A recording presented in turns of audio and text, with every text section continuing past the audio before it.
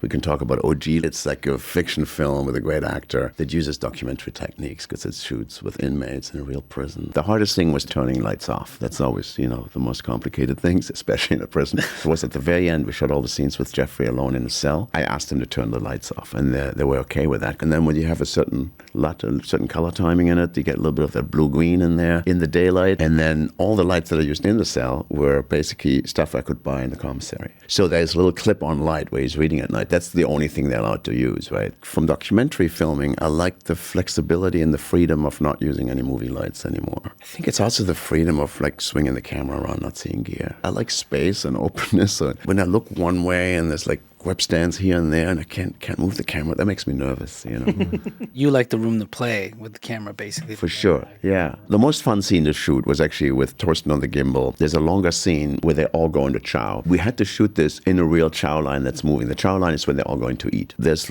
generally 80 people in a line or so, roughly. They're coming out of one cell block, and they all walked over in formation, with the guards on both sides. During that line, we're allowed to have them go in from the block to where they're eating twice. We had to do a 4-page dialogue scene with Jeffrey and 2 inmates playing gang members in the prison. Jeffrey runs ahead of the line, finds the guy, goes back with him in the chow line, talks to somebody else. It had to be choreographed. There's one long shot, and then the second time we basically did the reverse angle with the same choreography in the existing line. And that's it. Which we only had 2 chances to get. So that was fun. I think Torsten did such a beautiful job because he knew exactly, who to follow one time, behind Jeffrey and one time with Jeffrey, pretty much against the existing line. And it was one of my favorite experiences ever because you get the best of both worlds, documentary and fiction. You're going in with real people, you're getting their stories and their lives, and then you can set up some shots and you can do some moves.